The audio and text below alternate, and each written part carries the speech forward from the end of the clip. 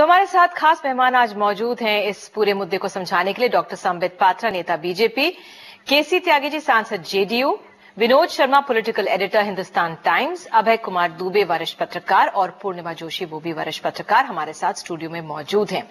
Doctor Patra, सबसे पहले आपके पास आऊंगी।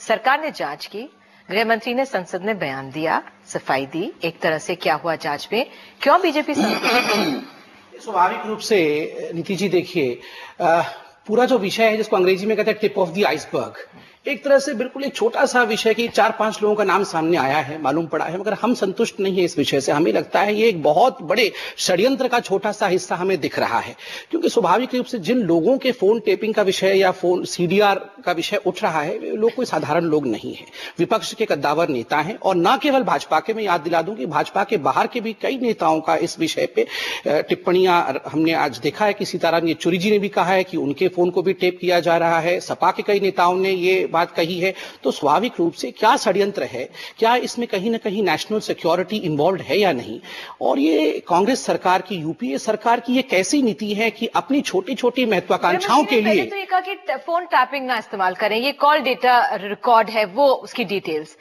जिस तरह से अपने सहयोगियों से बात करी थी और रिपोर्ट में भी चल, कुछ कारोबारियों के नाम भी सामने आ रहे हैं और ज्यादातर बीजेपी के जो खेमे के लोग हैं, हर पार्टी में होता है, अलग अलग खेमे होते हैं, तो खेमेबाजी की क्या ऐसी बात है? नहीं, बिल्कुल नहीं। मुझे तो कहीं भी इस प्रकार का एक षड्यंत्र नजर नहीं आता है कि पार्टी के अंदर का मामला हो। अगर पार्टी के अंदर का मामला होता तो दूसरे पार्टी कहीं भी यहां इन्वॉल्व नहीं होते। जैसे हमने देखा कि लेफ्ट के भी कई नेताओं का नाम और दर्जन भर नेताओं का नाम शामिल है, और कुछ महीने पहले, कुछ दिनों पहले, बल्कि 15-20 दिनों पहले कई चैनलों ने विषय चलाया था कि लगभग 10,000 लोगों का फोन टैप भी हो रहा है, और कई ऐसे नाम भेजे गए हैं टैपिंग के लिए जिनके साथ नाम और एड्रेस अटैच नहीं है, सिर्फ नंबर है।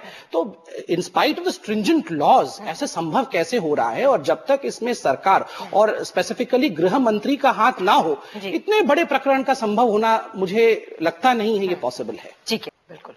संबित, अगर बीजेपी को जिस तरह से अगर कहा जा रहा है, अगर ये एक अंदरूनी कलह का मसला है और अब आगे हमारे 2014 के चुनाव है, कितनी बड़ी मुश्किल है बीजेपी के लिए ये, जिस तरह से रोज तमाम डिटेल सामने आ रही है? जहां तक ये अंदरूनी कलह का विषय बताया जा रहा है, मुझे लगता है यह मात्र एक किंवदंती है, यह हकीकत नहीं है। स्वाभाविक रूप से सरकार यदि गलतियां कर रही है तो इस प्रकार के एक र्यूमर को मार्केट में फेंकना उनके तो तरफ से भी स्वाभाविक है कि इस प्रकार का एक र्यूमर बनाया जाए कि बीजेपी के अंदर का ही विषय है। बिल्कुल नहीं है। मोटिव बिल्कुल स्पष्ट है कि अपने राजनीतिकरण, अपनी राजनीतिक मनसा को स्पष्ट करने के लिए, उस सिद्धि के लिए सरकार जो है विपक्ष के खिलाफ ये काम कर रही है। ठीक। तो बड़ी खबर में एक बार फिर से हाजिर है डॉक्टर पात्रा। यहाँ पे सवाल ये उठता है, मेरे कुलीग आशीष भार्गव जो इस रिपोर्ट को फॉलो कर रहे हैं, कह रहे थे शायद 60 नाम हैं इसमें जो कॉल डेटा रिकॉर्ड जिनके मांगे गए हैं। आपका कहना ठीक है कि अन्य पार्टियों के नेता भी हैं, अभी तक कांग्रेस के किसी नेता का इसमें नाम सामने नहीं आया, 1-2 अन्य पार्टियों के नेता है, लेकिन ज्यादातर नाम बीजेपी के नेताओं के क्यों आ रहे हैं इसमें? स्वाभाविक रूप से सबसे बड़ी विपक्षी पार्टी बीजेपी है, और अगर आप पार्लियामेंट के अंदर जो मंत्रणा चल रही है, जिस प्रकार से किस बिल पर क्या बहस होना है, उसका नतीजा क्या रहेगा, स्वाभाविक रूप से यदि आपको जानना है कि क्या हो रहा है तो मुख्य विपक्षी दलों के नेताओं पर ही नजर रखना पड़ेगा।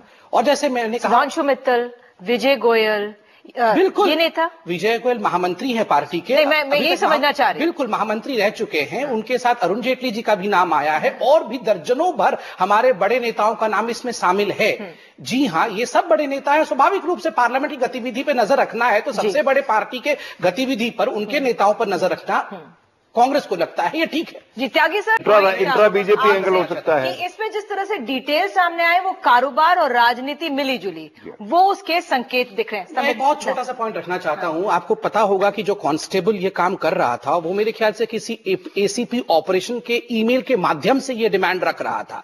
मेरा प्रश्न सिर्फ इतना है कि क्या सरकार सर्विलेंस नहीं करती एसीपी के ईमेल के ऊपर, जिस ईमेल के माध्यम से इतने बड़े बड़े डिमांड्स जा रहे हैं, 6 महीने से चले जा रहे हैं, फिर भी सरकार का कोई सर्विलेंस नहीं है? ऐसा कैसे हो सकता है? ठीक है, फिलहाल इसी बिल्कुल आप सभी आए, मेरे पास समय आज इतना ही था बड़ी खबर में। तो फिलहाल आप सोमवार को फिर हाजिर होंगे, तब तक के लिए नमस्कार।